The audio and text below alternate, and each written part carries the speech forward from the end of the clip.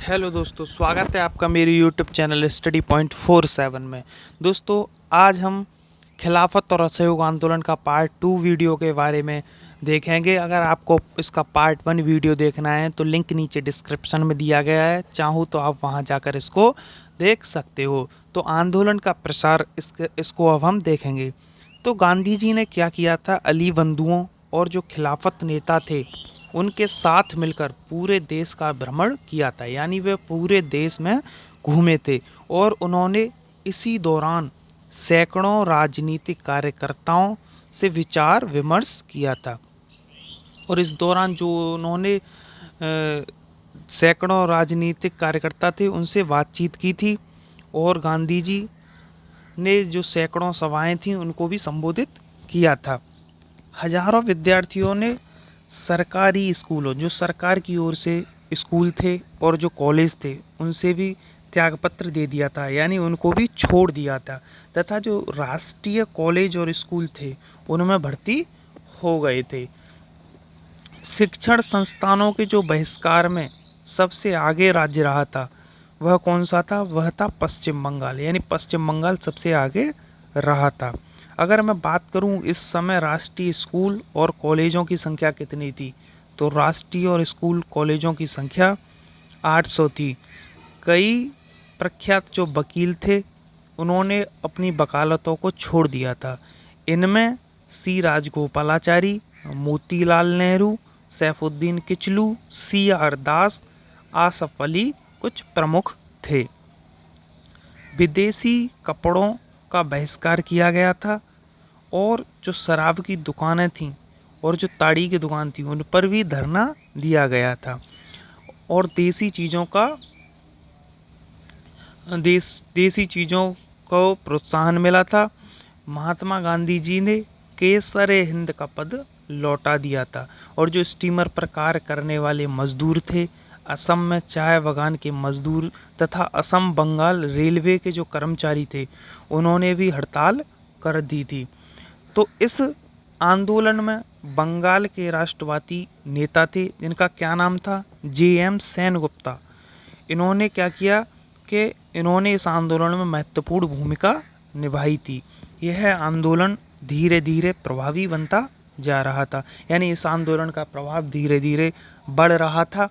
मोपला विद्रोह जो मालाबार में हुआ था, एका आंदोलन, सिखों का आंदोलन, अवध किसान आंदोलन, इस आंदोलन में नई ऊर्जा का इन्होंने संचार किया था। यानी इन आंदोलनों ने इस आंदोलन की ऊर्जा को बढ़ा दिया था। अब हम देखेंगे लोगों की प्रतिक्रिया। इस आंदोलन में लोगों की प्रतिक्रिया क्या रही, तो उसमें सबसे पहले हम किसान के बारे में देखते हैं। तो इस आंदोलन में एक बड़े पैमाने पर किसानों ने भाग लिया था। यानी इसमें किसान एक अधिक संख्या में सम्मिलित हुए थे। ऐसा समाज का कोई वर्ग नहीं था जो इस आंदोलन में सम्मिलित नहीं हुआ था। समाज के अधिक वर्गों ने इस आंदोलन में भाग लिया था। विद्यार्थी, तो विद्यार्थियों ने क्या किया था? इस आंदोलन में इच्छानुसार सक्रिय भूमिका निभाई थी। कई विद्यार्थियों ने तो सरकारी स्कूलों और कॉलेजों को छोड़कर जो राष्ट्रीय स्कूल और कॉलेजेस थे उनमें प्रवेश ले लिया था।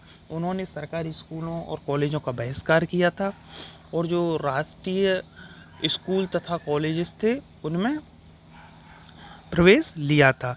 महिलाएं, अब देखेंगे महिलाओं की क्या स्थिति रही इस आंदोलन में। तो महिलाओं ने तिलक फंड में अपने आभूषण दान दिए थे। शराबों की दुकानों पर भी धरना दिया था। जो महिलाएं थीं उनकी भी व्यापक पैमाने पर इस आंदोलन में भूमिका रही थी।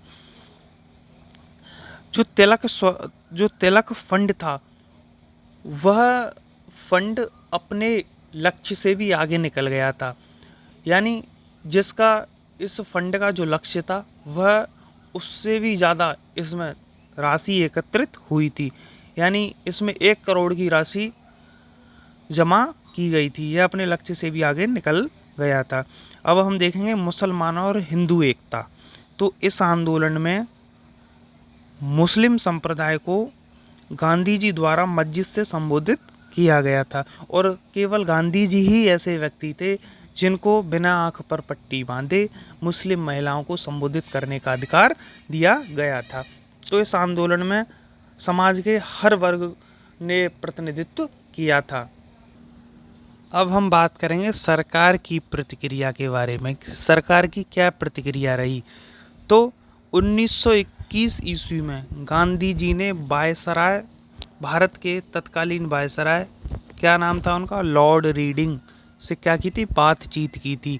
और इसी वार्ता में गांधी जी से यह मांग की गई लॉर्ड रीडिंग के द्वारा कि जो अली बंधु थे, उन अली बंधु से अपने उस भाषण को वापस लेने का आग्रह करें जिसके कारण हिंसा हो रही है।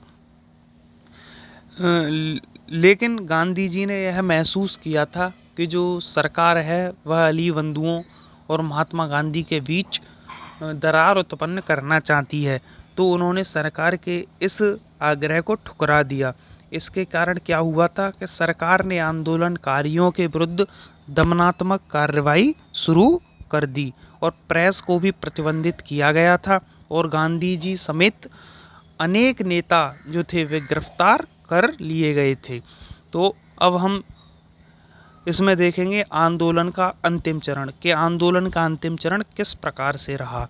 तो जनवरी 1922 को गांधी जी द्वारा तथा सर्वदलीय सम्मेलन की अपील द्वारा वायसराय को लिखे गए पत्र पर सरकार का कोई प्रभाव नहीं पड़ा।